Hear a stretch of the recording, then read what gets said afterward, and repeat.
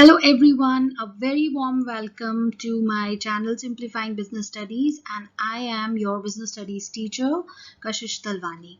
So today we are still continuing with this very wonderful chapter number 2 of class 11 business studies, forms of business organizations. So this chapter has good facts about all the different forms of business organizations. So this chapter is basically covering the different corporate and non-corporate forms under the private businesses. So we have already completed two different forms, that is sole proprietorship and HUF, that is Hindu undivided family. So fewer of my last sessions included the third form of business, that is partnership, and today the topics we are going to cover about that topic is the different types of partners and registration of partnership firm. So let us quickly start our session. So let us see what are different types of partners. So very first being active partner. So active partner, as the name itself is suggesting, active partner is the one who participates, who actively takes part in the management of the business. His liability is unlimited and he contributes the capital in the firm. He gets the share in the profits and losses of the company just like the other partners. The only difference is that he is the one who actively takes part in all the activities, all the management, all the decision making of the business. Second one is sleeping or dormant partner. Again, the name is very suggestive. This is one partner who does not participate in the management of the firm. So these partners are bound by the activities of other active partners. So that means decision making power lies with the other partners and not these partners. So these partners, what do they do? Like, why do they enter into a business? They definitely enter into a business. They invest capital also, and they get the share in the profits and losses of the business. So liability again of these kind of partners is unlimited like the other partners. Only difference is that they do not take part in the management of the business, and they are definitely depending upon that factor for that thing over the other active partners. Next partner is secret partner. So secret partner is the one whose association or whose relationship with the firm is not known to the outsiders. He contributes capital, he participates actively in the management of the business. His liability also is limited. The only thing is that his availability, his recognition with the firm is not known to other people. All right. Next one being the minor partner. So under the Partnership Act 1932, a minor do not have right to become a partner in a partnership firm, but yes, a minor can be admitted into a business only to share the profits of the firm. Minors do not contribute any capital. They are not allowed to participate in the business of the firm. They are, but they are liable to the outsiders. And if the firm suffers any kind of losses, they are not going to contribute any part in the losses. So they are only there to enjoy the benefits of the business. Okay, so these are minor partners. Next one is nominal partners. So the nominal partners are basically those people who are actually not the real partners of the firm. They do not contribute any capital. They do not participate in the business. They do not have any, liability like the other partners have. They do not get any share in the profits or the losses of the firm, but they lend their name and reputation for the benefit of the business. Only they get themselves associated with the business in the eyes of others so that business can be benefited. So These are those people who are liable to others if the firm suffers any kind of losses, because they are in eyes of others, they are associated as one of the partners of the firm. So if the firm incurs any kind of losses, others may hold them liable for the debts, for the payment of the debts. So these are basically divided into two categories: nominal partners by estoppel and nominal partners by holding out. Let us understand what is the meaning of them. So nominal partner by estoppel. So a person who accepts that he is the partner in the firm by his own words or by his own conduct, by his own behavior in front of other outsiders, that he is the partner of the firm. So he is called nominal partner by estoppel. So definitely, if the person is saying by himself that he is the partner of the firm, and in this case if the firm incurs any kind of losses, so he will be held liable for all the losses of the firm. So let us take an example for this. Mr. X is an active partner in a partnership firm and he applies for a loan. So Mr. A, who is actually not the partner of the firm, requests the financier to give him a loan as he holds some kind of reputation, and because of his reputation and his credibility, Mr. X can get the loan. So in front of the bank people, he declared that he is also the partner of the firm.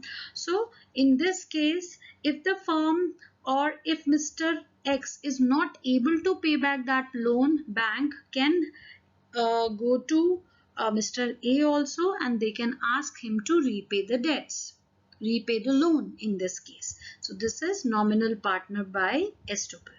Now what is nominal partner by holding out? So this is the opposite of that case, a partner who does not call himself as a partner of the firm, but when people are calling him the partner of the same firm, he is not objecting at all. He is not telling them that you people are not right, you are recognizing me as the partner of this firm, but I am not. So in this case, when other people are recognizing a person as the partner of a firm, and if the person is not objecting to the fact which is being arised by people, then he will be called a nominal partner by holding out. For example, again, Mr.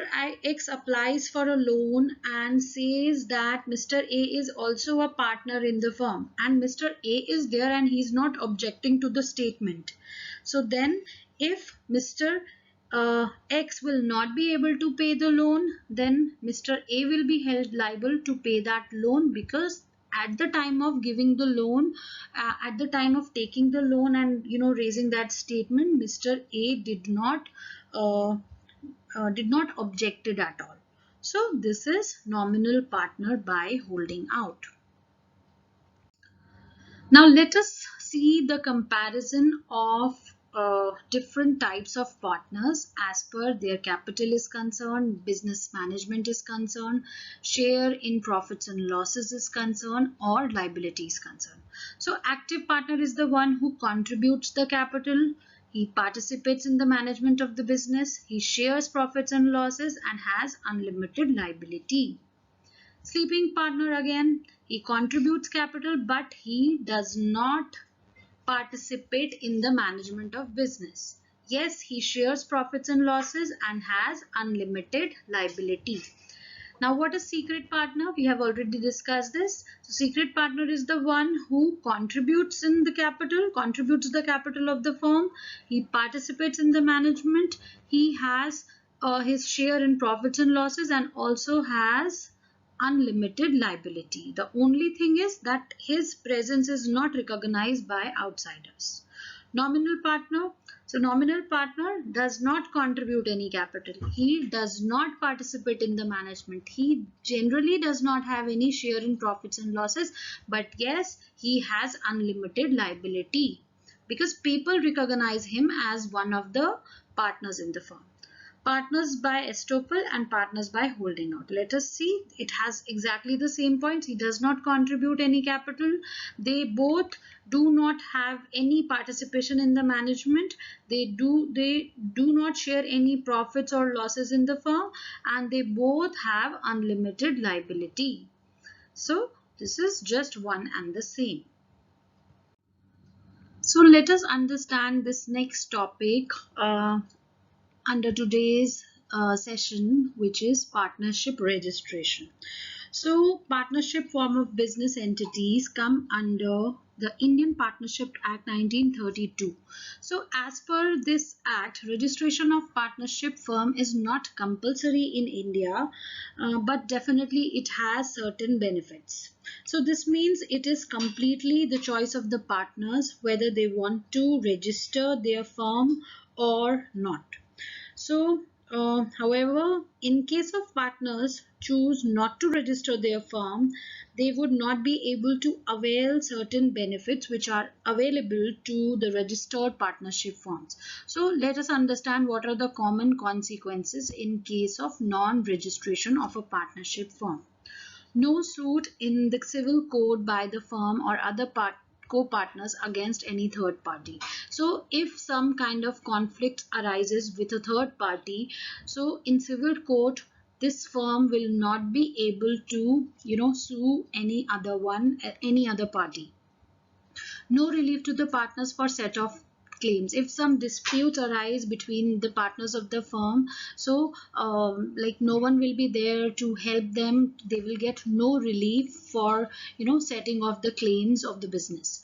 An aggrieved partner cannot bring any legal action against other partners of the firm. If some conflicts happen, so the aggrieved partner will not be able to take any legal actions against other partners of the firm. Even if the firm registration is not done, a third party, and they will have no benefits of like not getting themselves registered. The other parties who are other firms, other partnership firms or other businesses, they can definitely bring on any legal actions on them, even if the firm is not registered. Okay, so these are different consequences, different demerits for not getting themselves registered as a legal partnership firm in India. So children, we are done with this particular lesson. Any doubts, you can always get in touch with me through this email or the comment box, which will be the best way to communicate. I hope you all liked my lessons, and if you have any suggestions, you can always write back to me. I will definitely take up your suggestions and will try to improvise. Thank you so much. Have a very, very nice day ahead.